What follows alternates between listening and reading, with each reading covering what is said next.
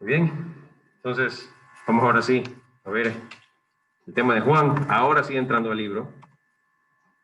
Lo que vamos a ver hoy día son los primeros 18 versículos. Como pueden ver allí, el tema principal del inicio del libro de Juan es muy interesante, es muy diferente de los demás evangelios. El libro de Juan inicia con el verbo. Es una perspectiva de Jesús muy especial que se le da al inicio de este libro. Esa palabra rara que está ahí arriba escrita, cerca del dibujito del libro de Juan, es la palabra griega para verbo, que es la que Juan utiliza, logos, y es lo que vamos a estar revisando hoy día en estos 18 versículos del Evangelio de Juan. Recuerden que el Evangelio de Juan está estructurado de esta forma, y nosotros tenemos, miren que el capítulo 1 va del versículo 1 hasta el 51. Entonces vamos a estudiar el capítulo 1 en 3 partes. Y esta es la primera parte. Y la idea de esta introducción es guiarnos para comenzar con el libro de las señales. El libro en donde están las 7 señales que Juan escribe en su evangelio, para luego llevarnos al libro de la gloria y en cierto sentido llevarnos a la última gran señal, que es la resurrección de Jesús. Pero en el libro de las señales tenemos las 7 señales que Juan utiliza para mostrarnos que Jesús es especial.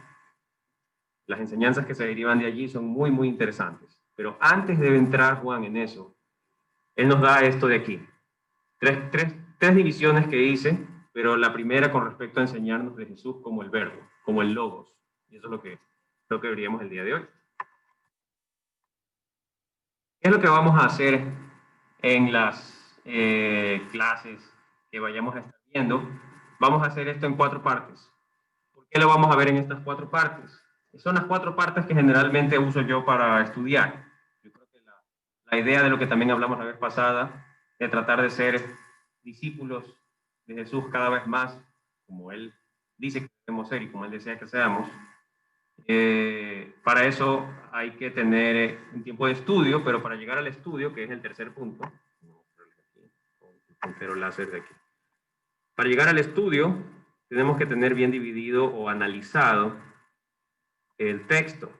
La palabra análisis, de hecho, significa división, dividir, hacer las cosas en pedacitos, dividirlos en pedacitos. Eso significa análisis, que es lo mismo que dividir. Lo contrario, que es síntesis, es unir, integrar, ponerlo ya en algo resumido, es una síntesis. Pero el análisis es agarrarlo y partirlo en pedacitos.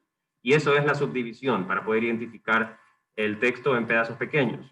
Pero antes de poder hacer el análisis, antes de poder dividir el texto, tenemos que la lectura debe ser lo más objetiva posible. La lectura necesita ser lo más fiel al texto posible, porque si empezamos a cambiar el orden de las comas, si empezamos a ignorar las puntuaciones, si empezamos a veces quitando tildes, se cambia totalmente el significado de algo.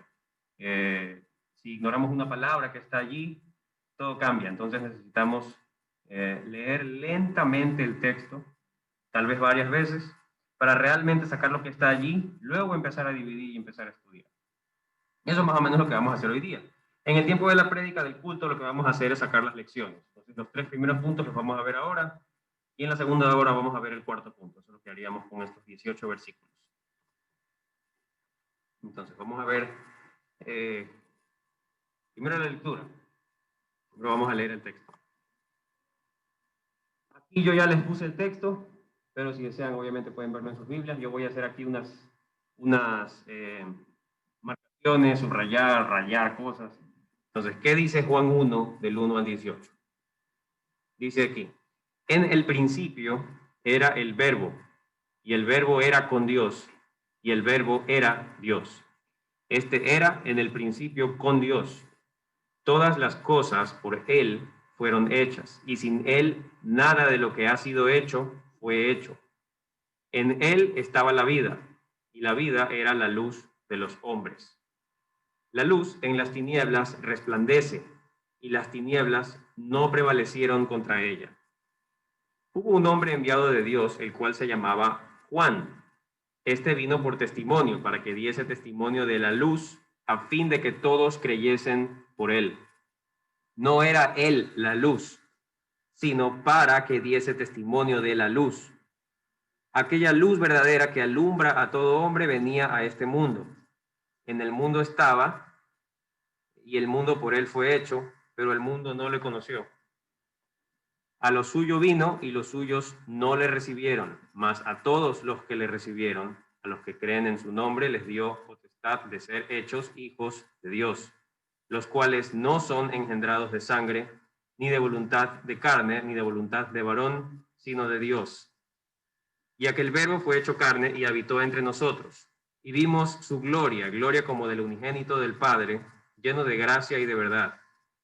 Juan dio testimonio de él, y clamó diciendo, este es de quien yo decía, el que viene después de mí es antes de mí, porque era primero que yo. Porque de su plenitud tomamos todos, y gracia sobre gracia, pues la ley por medio de Moisés fue dada, pero la gracia y la verdad vinieron por medio de Jesucristo. A Dios nadie le vio jamás. El unigénito Hijo, que está en el seno del Padre, Él le ha dado a conocer. Muy bien, entonces ese es el texto.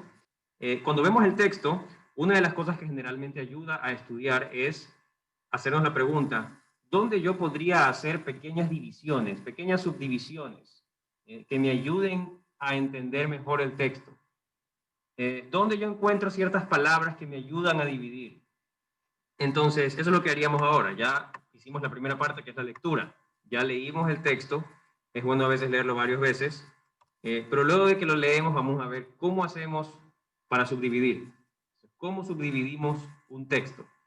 Bueno, generalmente para subdividir el texto, entre paréntesis, esto está ya dividido, porque yo les dije, vamos a ver del 1 al 18. Entonces, a veces la Biblia tiene títulos, cosas que ayudan a esto. Y eso muchas veces nos ayuda, nos guía. Entonces, cuando vemos el texto, ¿dónde podríamos hacer divisiones? Nosotros vemos a veces algunas palabras que nos dan pistas, tal vez palabras repetidas. Por ejemplo, nosotros cuando empezamos a leer, vemos que habla del verbo. En el principio era el verbo era con Dios. Y habla del verbo, pero luego deja de hablar del verbo. Entonces, como que al principio hay una parte y luego al final hay otra parte, pero luego en el 14 empieza a hablar otra vez del verbo. Entonces, esa podría ser otra parte. O vemos que hay una parte donde habla de Juan el Bautista y después deja de hablar de él. Vemos que al principio habla del principio. Entonces, eso también nos puede guiar. Entonces, por ejemplo, ¿en qué partes es que habla de esto? Bueno, al inicio nosotros vemos que habla del principio solo en el versículo 1 y el versículo 2. Y empieza a hablar del verbo. Y vemos que no usa la palabra verbo, pero se refiere a él. Dice, todas las cosas por él fueron hechas. En él estaba la vida. Entonces nos da una idea de que como que por allí podríamos hacer una subdivisión. Luego comenzamos a ver que en el 6 es como que otra forma de narrar. Solito el texto empieza a decir, hubo un hombre enviado de Dios, el cual se llamaba Juan. Entonces como que allí también nos da una idea de que allí puede haber una división. Y habla del testimonio de Juan. Más abajo, y también tenemos la palabra luz, que es algo que está muy generalizado en el texto. Se lo ve varias veces. Tenemos luego que habla de que esta luz vino al mundo. Entonces tenemos la palabra mundo, tenemos el hecho de que vino, ya nos empieza a decir como que dónde podrían ser las divisiones. Y luego retoma el tema del verbo y habla un poco de la gracia y la verdad. Entonces, las divisiones no son algo que tiene que ser así. Tal vez unos ya ahorita están viendo dónde podría ser que hay divisiones. Digamos, puede ser una división tal vez en el versículo 5 o en el 6. Entre el 5 y el 6, por ejemplo, podría haber una. Y así. Es bueno que al leer nos hagamos preguntas así, para que podamos estudiar pedazos más chiquitos, porque a veces estudiamos cosas muy grandes, nos mareamos. Entonces, es bueno coger un pedazo chiquito y estudiar ese pedazo chiquito, luego el siguiente y así. Entonces, para esta ocasión yo dividí el texto en 4 partes. Lo dividí en esas secciones. Y es bueno sacar una idea principal de esas subdivisiones. Eso nos ayuda para estudiar este texto. Entonces, ¿cómo le podemos decir? Si alguien me pregunta, uy, ¿de qué se trata la primera división que hiciste? ¿Cómo le podemos poner? Bueno, aquí habla del verbo, habla del principio, entonces vamos a ponerle, aquí, vamos a ponerle el verbo en el principio. De eso está hablando en la primera parte. Bien. Y En la segunda parte, ¿de qué está hablando? Bueno, en la segunda parte, habla de Juan, ya empieza a hablar de Juan, ya es algo más terrenal. Al principio habla del verbo, pero acá empieza a hablar de Juan. Entonces, bueno, aquí habla de Juan el Bautista, da testimonio de la luz. ¿Ya? Le estamos dando títulos chiquitos que a nosotros nos ayudan a estudiar. Luego, bueno, habla de la luz, que Juan habla de esto, Juan el Bautista. Y en la siguiente parte, más o menos, ¿de qué habla? Bueno, habla de que hacía luz verdadera que alumbra a todo hombre, venía a este mundo, y así. Entonces, bueno, algo de que del mundo y que vino, y todavía habla de la luz, así que la luz vino al mundo. De eso está hablando. Y al final, bueno, habla otra vez del verbo. Entonces, Chuso, ¿cómo le podemos poner? Porque otra vez habla del verbo. Bueno, en el 14 nos empieza a decir algo de eso. Entonces, vamos a ponerle que el verbo fue hecho carne, y solo porque esta frase se repite, vamos a ponerla allí también, lleno de gracia y de verdad. Entonces, tenemos una subdivisión que no es que es así y si alguien lo tiene diferente está equivocado. No, no es eso. Las subdivisiones son cosas que cada uno ve cómo lo pone y nos ayudan a estudiar. Luego podemos decir, no, ¿sabes qué? Esta división mejor la cambio, mejor la hago así porque así está mejor para mí y esto. Entonces, las subdivisiones son cosas subjetivas que podemos poner para ayudarnos nada más a estudiar. Entonces, estas son nuestras 4 partes, lo que vamos a usar para ahora sí zambullirnos en el texto y empezar a ver qué interpretar de allí, qué realmente está diciendo el texto. No imponer mi idea sobre el texto o lo que yo he escuchado antes, a mí me han enseñado esto, no, sino entrar. Nosotros mismos ir haciendo las divisiones con las palabras que vemos que están allí y entramos. Entonces, estas son nuestras 4 subdivisiones, como les mencioné.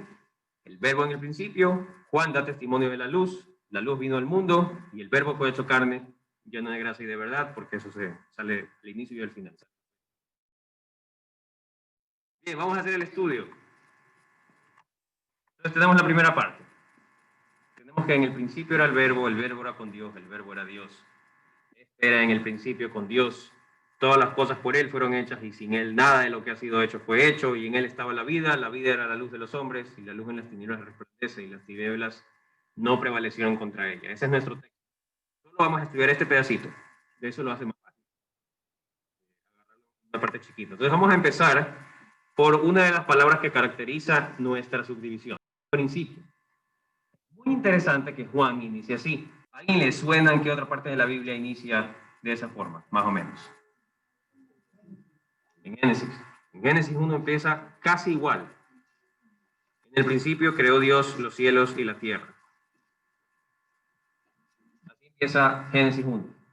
Es interesante, tal vez Juan lo hizo a propósito, probablemente, para hacer el link, para decirnos, oye, aquí hay algo. Entonces, cuando vemos nuestro texto, la primera parte al menos, y cuando vemos Génesis 1, que nos dice eso, vemos que la palabra principio está repetida, como les comenté. Entonces, vemos que en el principio está en los dos. En el principio, en el principio. En el versículo de Génesis dice, creó Dios, eso originalmente está en hebreo, la palabra Dios allí es Elohim, que es Dios medio plural incluso. Creó Dios, creó Elohim los cielos y la tierra, en cambio en Juan está en griego. En el principio era el logos era con Dios y el logos era Dios, que es como está en Juan. Entonces ahí habla de que de Dios en Génesis, Elohim, y aquí habla del verbo o logos en Juan. Ahora, Génesis dice creó, pero Juan no dice creó. Juan dice que hizo, pero no lo dice igualito.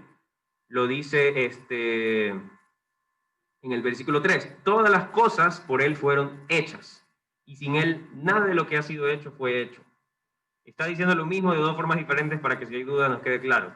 Dice, todas las cosas por él fueron hechas, y sin él, sin el logos, nada de lo que ha sido hecho fue hecho. Entonces, si agarramos una lista y decimos cuáles son las cosas que han sido hechas, bueno, fueron hechas. Todos hacemos la lista de las cosas que han sido hechas.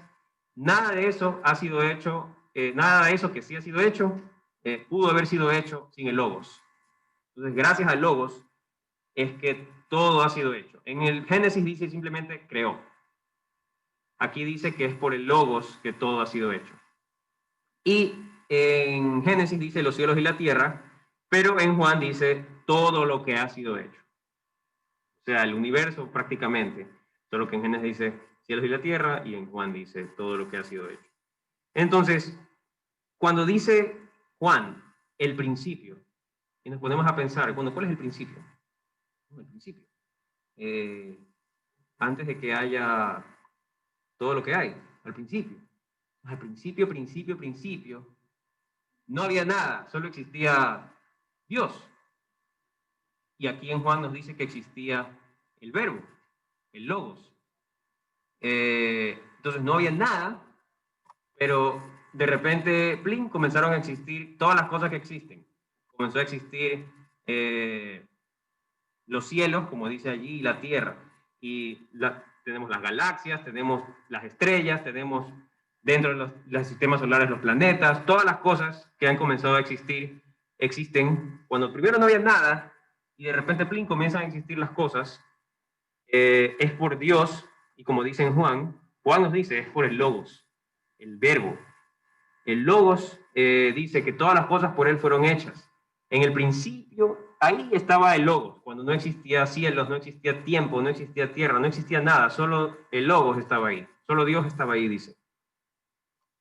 Ahora, unas preguntas que algunas personas hacen a veces. Bueno, si Dios creó todo en el principio, ¿quién creó a Dios? Algunos. Bueno, si alguien creó a Dios, ese sería Dios. ¿Y a ese quién lo creó? Bueno, si alguien lo creó, entonces ese es Dios. Pero al final tiene que haber alguien que esté desde el principio. Y ese que está desde el principio es Dios. No puede haber hasta el infinito, no, porque si no, nunca nada comienza. Si no había nada, no puede comenzar nada. Entonces, ¿quién creó a Dios? Nadie, porque incluso la definición es que Dios siempre ha existido. Incluso Él creó el tiempo, Él creó el inicio de todo. Entonces, Dios siempre ha existido. Y Él tomó la decisión de comenzar a crear todo. Entonces, por definición, Dios siempre ha existido. Entonces, esta pregunta es decir, el que siempre ha existido, ¿cuándo comenzó a existir? No tiene sentido. Ahora vamos a ver el concepto del verbo que está aquí. El verbo, que es la palabra logos. Esa palabra en griego, lambda, o, gamma, todas esas letras griegas, ahí ese es logos, así es como está escrito en griego originalmente. Esta palabra logos, no sé si les suena, la palabra logos. Aparte del colegio o la escuela, ¿dónde encontramos en el idioma español la palabra logos? ¿Dónde está metida la palabra logos? Por ejemplo, en logía, ¿dónde encontramos la palabra logía? Biología, psicología, palabras así, ¿verdad? Entonces, ese sufijo logía está pegado a las palabras cardiología, biología, geología, genealogía, teología. ¿Por qué? Y también está muy interesantemente en la palabra lógica. La palabra lógica viene de logos. Logos generalmente se traduce de muchas formas. Aquí en la Biblia se traduce como verbo, pero también se traduce como palabra, discurso, razón, argumentación o instrucción. Y por eso también la palabra lógica. La palabra logos como que engloba todo eso de allí. Y Juan nos está diciendo que es Dios. Es lo que nos está diciendo Juan. La única otra vez que Juan utiliza esta palabra en la Biblia, el verbo, es en 1 Juan 5:7, porque tres son los que dan testimonio en el cielo, el Padre, el Verbo y el Espíritu Santo, y estos tres son uno. Esa es la única otra vez que aparece la palabra verbo en la Biblia. Sí se usa como palabra. Entonces, el verbo es una palabra, una agrupación de palabras que, claro, denotan una acción. Entonces, tiene que haber alguna razón por la que no se traduce también como sustantivo o pronombre, cosas así. Sí, sí. Es interesante que el sentido de la oración depende del verbo. Entonces eso le agrega como que más significado a esta palabra logos. Ajá. Porque es verbo. A la final se pudo no usar eso y simplemente tener palabra, discurso, razón, argumentación, instrucción. Pero también es verbo. Fue traducido así por Don Reina y Don Valera. Entonces, de esa forma nos ayuda a enriquecer un poco el significado de logos. Y todas estas palabras, en cierta manera, aportan a eso. Porque que sea razón. Estamos diciendo que Dios es la razón, que Dios es la instrucción, que Dios es la palabra. Es un poco, es interesante. Sí, John. Ajá. Sí, que se traduzca logos como verbo y que eso sea atribuido a Dios, claro, le aporta el significado de, hasta cierto punto, quién es Dios. Que la acción, la actividad, está dentro de hasta de su naturaleza incluso. Por el hecho de que se haya traducido así. Ajá. Eso tiene sentido. Enriquece un poco el significado para nosotros que no sabemos griego, pero tenemos logos y tenemos las palabras de las cuales se traducen logos. Entonces, que Dios sea razón, que Dios sea argumentación, razón verdadera, instrucción, verbo, palabra, todo eso, nos ayuda un poco a entender cómo podemos ver a Dios también. Eso ayuda. Bien, y también el otro texto, 1 Juan 5:7. Entonces es bien interesante que vemos eso, que el verbo era en el principio, que el verbo estaba con Dios y que también el verbo es Dios. Es muy interesante que Juan lo ponga de esa manera. Que está, pero que es. Está con y es. Y que es el responsable de la creación y de todas las cosas que fueron hechas. Luego tenemos algo interesante también en esta parte, que nos dice también acerca del logos. Dice, en él estaba la vida y la vida era la luz de los hombres. Entonces tenemos la luz que dice aquí en Juan, que es la vida, que es el verbo. Y si nos ponemos a pensar, bueno, ¿y por qué Juan le dice luz? ¿Por qué usa esa forma de caracterizarlo? Eh, ¿Qué podemos pensar como características de la luz, por ejemplo? Para que nos guíen a entender un poco, tal vez, de qué está hablando aquí. ¿Qué características tiene la luz, por ejemplo? Que se le ocurra a alguien. Como para decir, la luz es así, tiene esta característica.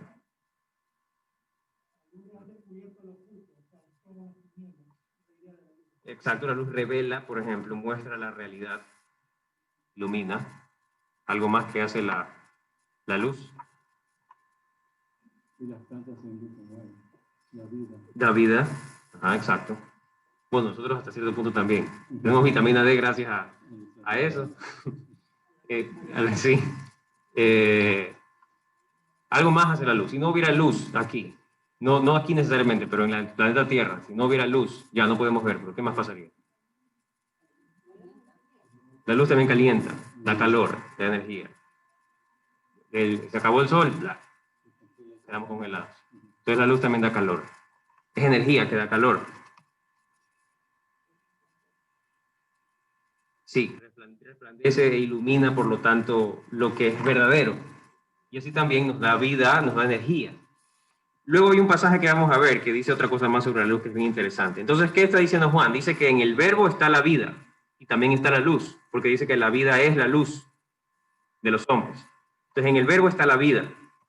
Y él dice que la luz siempre vence la oscuridad. De alguna u otra forma, si nosotros hacemos ese experimento, tenemos oscuridad y traemos un poquito de luz, siempre la luz va a vencer. No, si pones las dos cosas juntas, nunca va a ganar la oscuridad. Siempre el lugar se va a iluminar. Y eso está diciendo con respecto a Dios. Ahora Jesús, más adelante en Juan, dice algo muy interesante. Jesús habló diciendo, dice aquí, yo soy la luz del mundo. El que me sigue no andará en tinieblas, sino que tendrá la luz de la vida. Entonces aquí nos está diciendo que Jesús dice, yo soy la luz. Y esto es cuando sucede lo de la mujer atrapada, por decirlo así, en adulterio. En esa historia es. Y en Juan 12:46 es justo cuando se acaba el libro de las señales y empieza el libro de la gloria.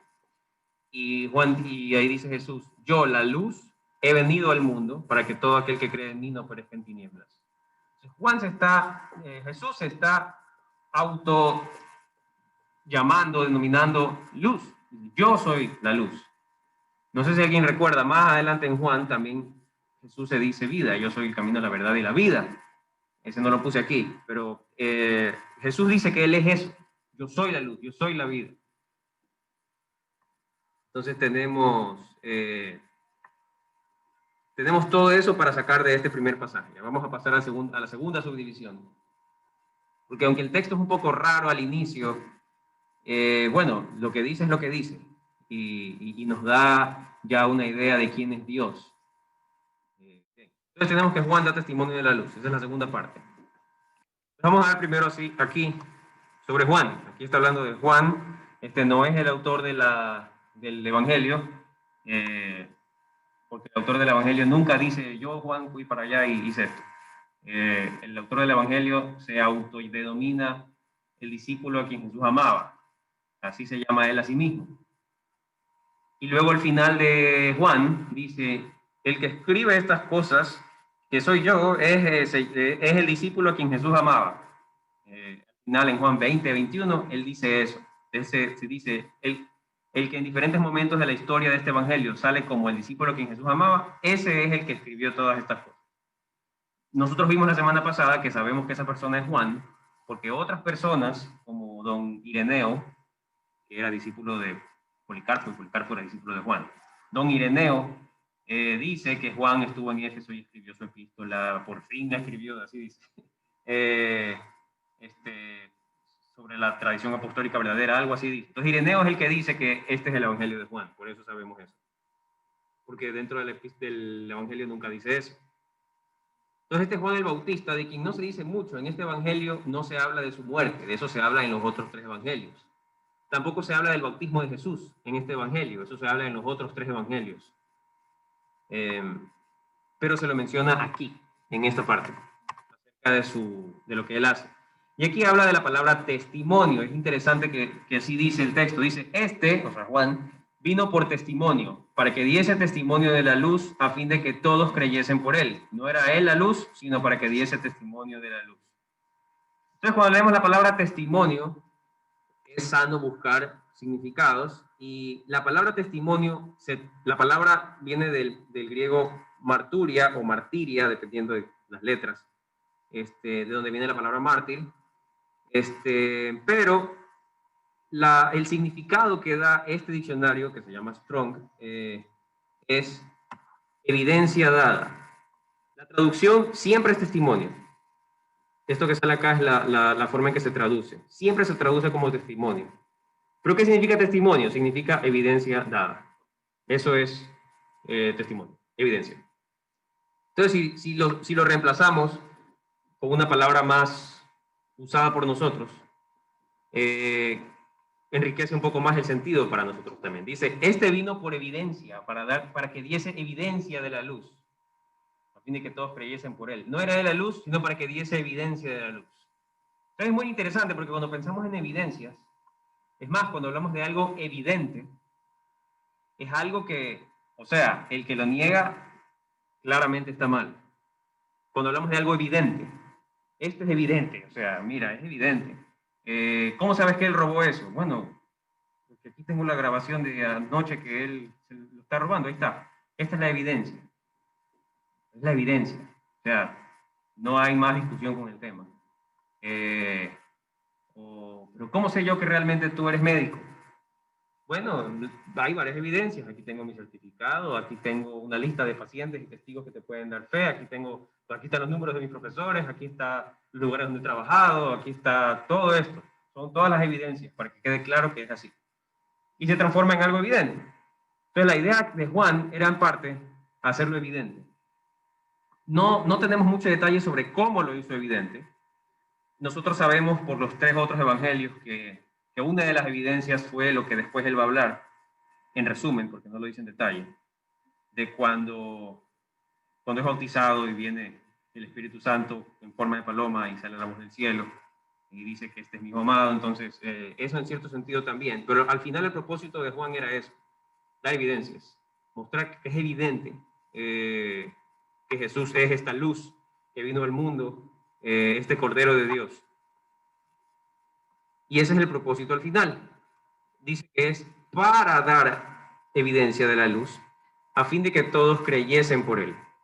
Entonces, cuando hay fe o creencia, la idea es que la fe o la creencia, la fe o la creencia debe ser en la evidencia de la verdad. Siempre, si nosotros vamos a creer algo, deberíamos creerlo en una evidencia. No está bien que creamos cosas sin evidencias. Y la Biblia está llena de evidencias. La idea de las 7 señales en Juan es esa también, evidencias, presentar evidencias. La resurrección de Jesús, hablamos un poco la semana pasada, tiene muchas evidencias detrás. La tumba vacía es una evidencia, las apariciones son una evidencia. Muchos de los sucesos allí son evidencias. Y nos muestra que la mejor explicación de esas evidencias es que sí, Jesús sí resucitó. Y así también con muchas otras cosas en el Nuevo Testamento y en el libro de Juan con las señales. Y en general, si vamos a creer algo, debe ser en base a una evidencia. Generalmente alguien la presenta. Entonces, a la final, la fe no debería ser ciega. La fe debe ser en la evidencia, debe ser en la luz, porque esa también es la idea de la luz, que la luz revela la realidad. Entonces muestra lo que es real, muestra la evidencia. La idea de esta parte en la que se enfatiza el tema del testimonio de Juan o la evidencia de Juan, para creer al final. Entonces la Biblia no nos pide que tengamos fe ciega, la Biblia nos pide que tengamos fe en las evidencias, en los testimonios. Entonces, ¿por qué vio Juan? Perdón, ¿para qué vino Juan el Bautista? Según Juan, el autor del Evangelio. Si observamos entonces este pequeño pasaje, ¿para qué vino Juan? Al final Juan vino para dar evidencia, para dar testimonio de la luz. Esa es la idea y el propósito de Juan. Eso lo vemos aquí porque dice que él vino por testimonio para que diese evidencia a fin de que todos creyesen. Y aquí otra vez, para que diese evidencia o testimonio de la luz. Esa es la idea. Sí, Carlos. Ajá. Hay una palabra ligeramente, hay un cambio ligero en la palabra, no sé en qué parte de la palabra es, pero cambia el código. Y ya no es 3144, será 3145, no sé. Y ahí se refiere a testigo, pero es casi lo mismo, es una pequeña diferencia nomás, pero es la misma idea. Un testigo también en cierto sentido es una evidencia. En los juicios se presenta la evidencia de la foto, la evidencia del certificado y la evidencia de Pepito, porque él es testigo. Entonces, son evidencias también. Cada persona que es testigo de algo, en cierto sentido, es una evidencia. Y un testimonio también. Ajá. Bien, en la tercera parte tenemos la parte de que la luz vino al mundo. Tenemos que la luz verdadera que alumbra a todo hombre venía a este mundo. En el mundo estaba y el mundo por él fue hecho, pero el mundo no lo conoció. A lo suyo vino y los suyos no lo recibieron, mas a todos los que lo recibieron, a los que creen en su nombre, les dio potestad de ser hechos hijos de Dios, los cuales no son engendrados de sangre, ni de voluntad de carne, ni de voluntad de varón, sino de Dios. Ahora, yo creo que esta parte es clara y es muy interesante porque nos está diciendo que esta luz, que es Jesús, que es el verbo, que es la vida, el logos, que es el que estaba desde el principio. Él no forma parte de la creación, porque estaba desde el principio. El verbo es antes de la creación. No fue hecho. Él es el responsable de las cosas hechas. El verbo estaba desde antes. Y dice que esta luz, que Jesús luego dice que es Él, vino al mundo. Y al final, la idea que descendió, vino a su creación.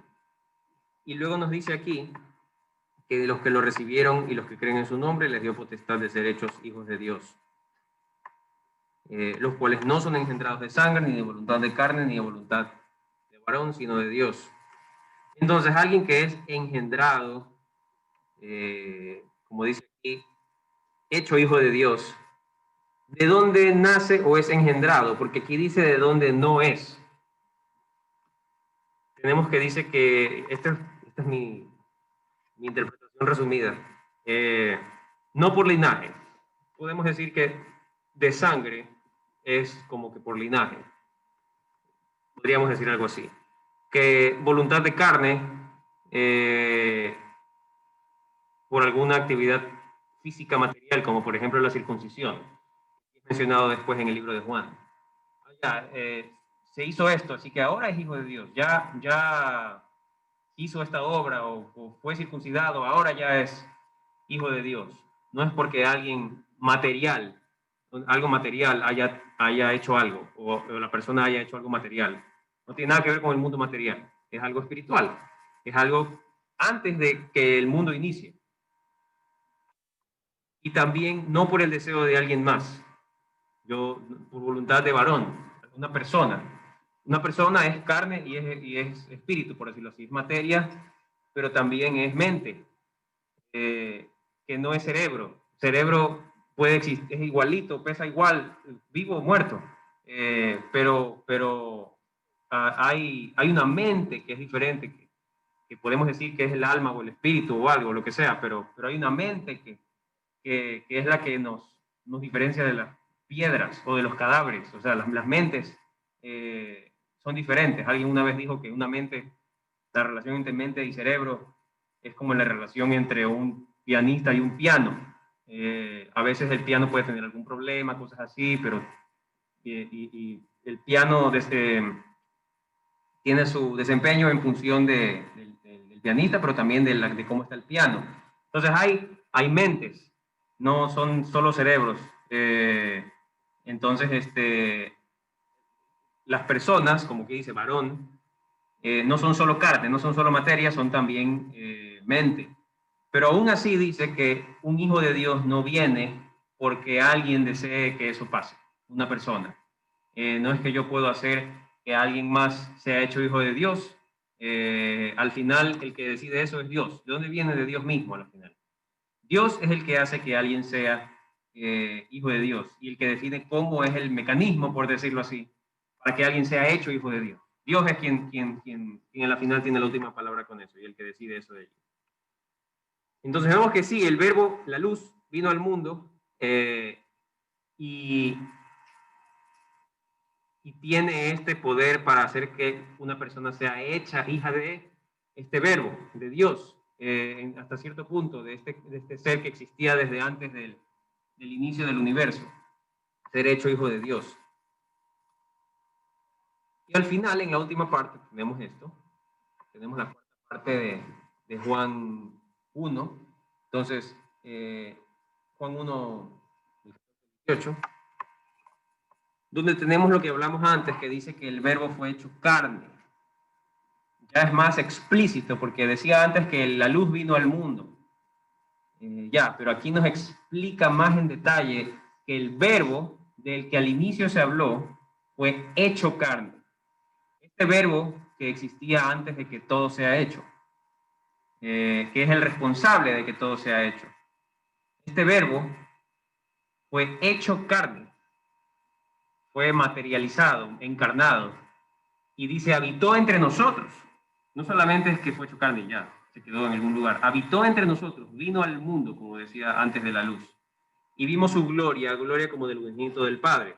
Este paréntesis probablemente se refiere también a, a la última semana, el libro de la gloria, porque ahí dice, Jesús decía, lo que vimos la semana pasada, ha llegado la hora para que el Hijo del Hombre sea glorificado y pase de este mundo al Padre, así decía.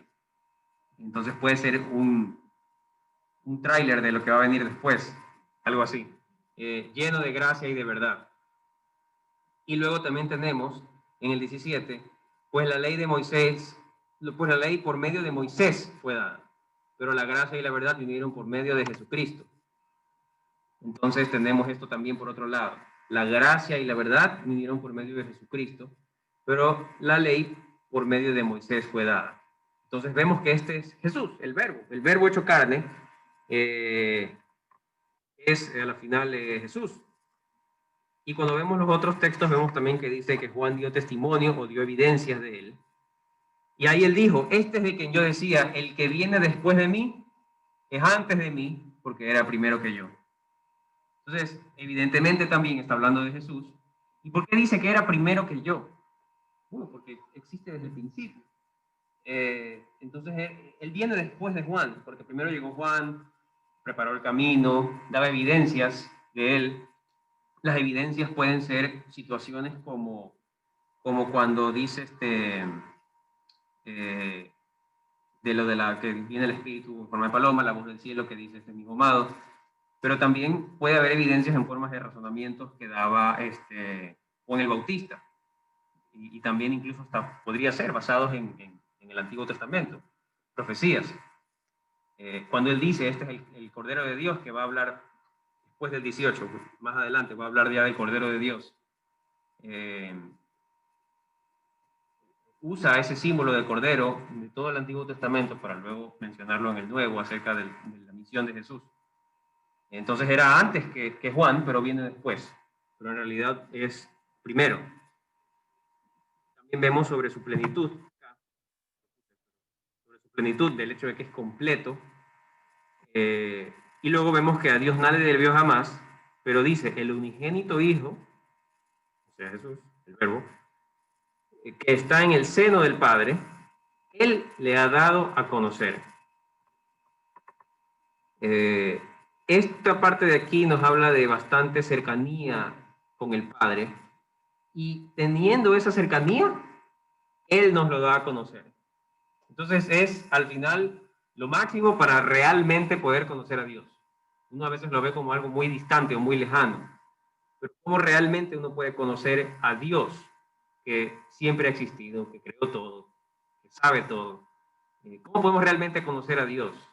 Bueno, a través de Jesús, dice, porque Jesús, el unigénito Hijo, está en el seno del Padre, y justo después de decir que está en el seno del Padre, dice, Él le ha dado a conocer.